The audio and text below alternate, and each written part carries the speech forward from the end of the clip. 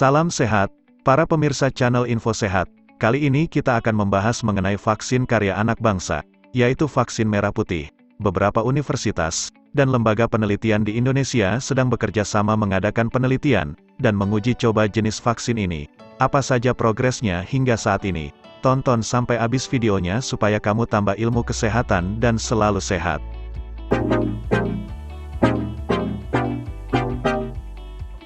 Sehubungan dengan pandemi virus corona yang banyak memakan korban sakit dan meninggal dunia, di mana Indonesia sangat membutuhkan ratusan juta vaksin untuk menanggulangi wabah ini, serta kemandirian bangsa Indonesia agar bisa swadaya dalam pengadaan vaksin untuk bangsa. Vaksin karya anak bangsa ini merupakan jenis vaksin COVID-19 yang masih dalam proses pengujian. Beberapa universitas dan lembaga penelitian di Indonesia sedang bekerja sama untuk menguji jenis vaksin ini. Termasuk yang terlibat adalah Institut Teknologi Bandung, Universitas Airlangga, Universitas Gadjah Mada, Universitas Pajajaran, Universitas Indonesia, Lembaga Ilmu Pengetahuan Indonesia, dan Lembaga Eijkman.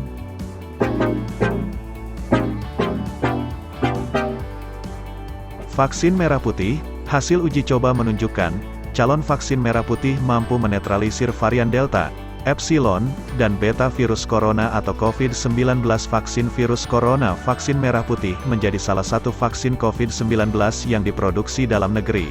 Vaksin yang digagas berbagai institusi dalam negeri ini rencananya akan diuji klinis pada akhir 2021.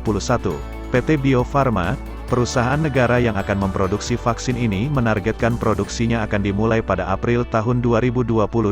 Saat ini calon vaksin tersebut tengah menjalani proses pengujian dan perizinan agar dapat segera disuntikkan. Harapannya, proses uji praklinis akan selesai pada November atau pertengahan Desember tahun 2021.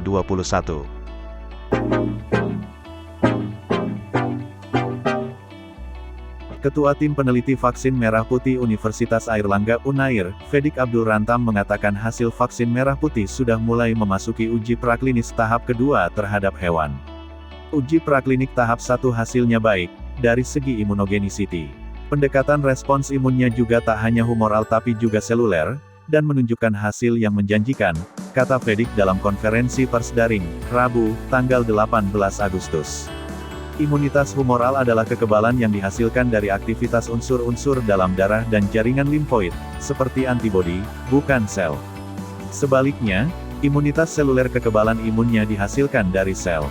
Vaksin merah putih berbasis virus yang dilemahkan. Unair yang merupakan salah satu anggota konsorsium, mengembangkan vaksin merah putih dengan platform inactivated virus. Platform protein rekombinan. Sedangkan, Eijkman Institute mengembangkan vaksin merah putih menggunakan platform protein rekombinan yang prosesnya lebih rumit dibandingkan dengan vaksin konvensional. Vaksin berbasis protein rekombinan juga memiliki keunggulan lain, yakni penyimpanannya tidak membutuhkan suhu minus, seperti halnya vaksin berbasis mRNA. Vaksin berbasis protein rekombinan bisa disimpan di suhu 4 derajat Celcius. Dengan kelebihan ini, vaksin protein rekombinan diharapkan bisa didistribusikan ke daerah pelosok tanpa tempat penyimpanan khusus.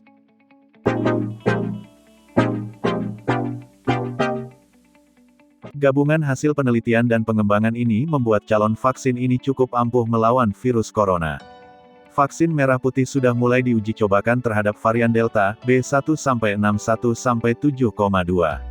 Kemarin kami lakukan uji tantang melalui WGS Whole Genome Sequencing, isolat yang kami gunakan di uji tantang itu adalah varian Delta, ujarnya. Dari hasil monitoring, calon vaksin merah putih mampu menetralisasi varian corona dengan baik. Tidak hanya varian Delta, tapi Epsilon, Beta.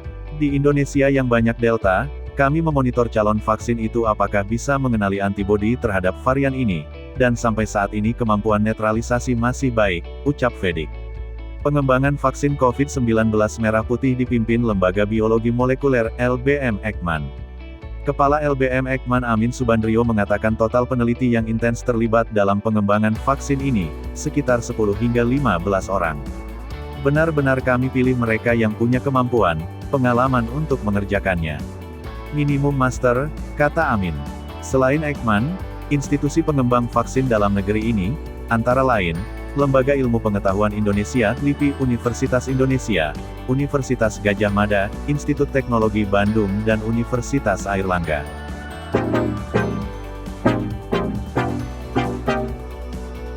Kendala dalam pembuatan vaksin merah putih. Amin mengungkapkan beberapa kendala dalam pembuatan vaksin. Salah satunya permasalahan dalam pengadaan peralatan. Padahal kalau melihat dari komitmen pemerintah, melalui Kemenristek BRIN itu, sejak awal apapun yang dibutuhkan akan dipenuhi, ungkapnya. Ia menilai, kendala ini berpengaruh cukup signifikan dalam pengembangan vaksin. Peneliti harus menunggu 2 hingga 3 bulan untuk pasokan peralatan. Selama itu, proses pengembangan vaksin tidak berjalan. Akibatnya, ada kemunduran yang signifikan dalam seluruh proses. Belum lagi kami bekerja dengan bahan biologis, baik sel maupun virusnya sendiri. Sering kali harus bersabar, misalnya, yang kami harapkan dia tumbuh dalam 3-4 hari tapi ternyata 3-4 hari pertumbuhannya belum optimal jadi kita perlu tunggu, lanjut Amin. Selain itu, dalam proses pengembangan vaksin dibutuhkan fasilitas GMP, Good Manufacturing Practices. Vaksin disiapkan harus dengan proses pembuatan yang bagus dan benar. Namun, fasilitas tersebut hanya dimiliki oleh Bio Farma. Sementara, di Bio Farma sendiri, terdapat beberapa aktivitas produksi yang sedang berjalan.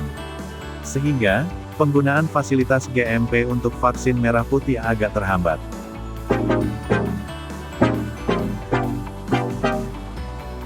Menurut Amin, vaksin merah putih baru bisa disuntikkan kepada masyarakat, setelah mendapat EUA atau Emergency Use Authorization dari Badan Pengawasan Obat dan Makanan, BPOM. Uji klinis 1, 2 dan 3 itu akan memakan waktu 8 bulan, tetapi mudah-mudahan sebelum selesai fase 3 uji klinik kami sudah bisa mendapatkan EUA dari BPOM, pungkas Amin. Sejak awal, vaksin merah putih ditargetkan akan rampung dalam 18-24 bulan. Maka dari itu, sambil menunggu persiapan vaksin ini, masyarakat dapat menggunakan vaksin lain terlebih dulu. Seperti Sinovac, AstraZeneca dan vaksin lain yang digunakan di Indonesia. Sebagai informasi, menurut data Kemenkes per hari ini tanggal 18 Agustus total masyarakat Indonesia yang telah mendapat vaksin dosis pertama sebanyak 55.192.494 orang. Lalu, vaksin kedua sebanyak 29.403.345 orang. Sementara, total sasaran vaksinasi ialah 208.265.720 orang. Setelah mendapat izin BPOM, nantinya, vaksin merah putih pun dapat digunakan bagi masyarakat yang belum mendapat vaksin. Baik itu dosis pertama, kedua dan juga untuk booster. Selain itu, untuk membantu negara-negara lain, yang belum punya akses terhadap vaksin COVID-19.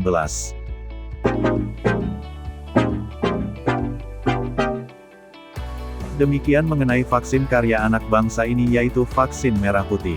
Semoga berhasil program vaksinasi mandiri, dan rakyat Indonesia menjadi masyarakat yang herd community, yang mempunyai kekebalan terhadap virus COVID-19. Amin. Salam sehat. Hai pemirsa, jangan lupa subscribe, like, dan share. Dan nyalakan lonceng notifikasinya, agar kamu selalu dapat update video-video bermanfaat dari kami. Sampai jumpa di video-video kami selanjutnya. Salam.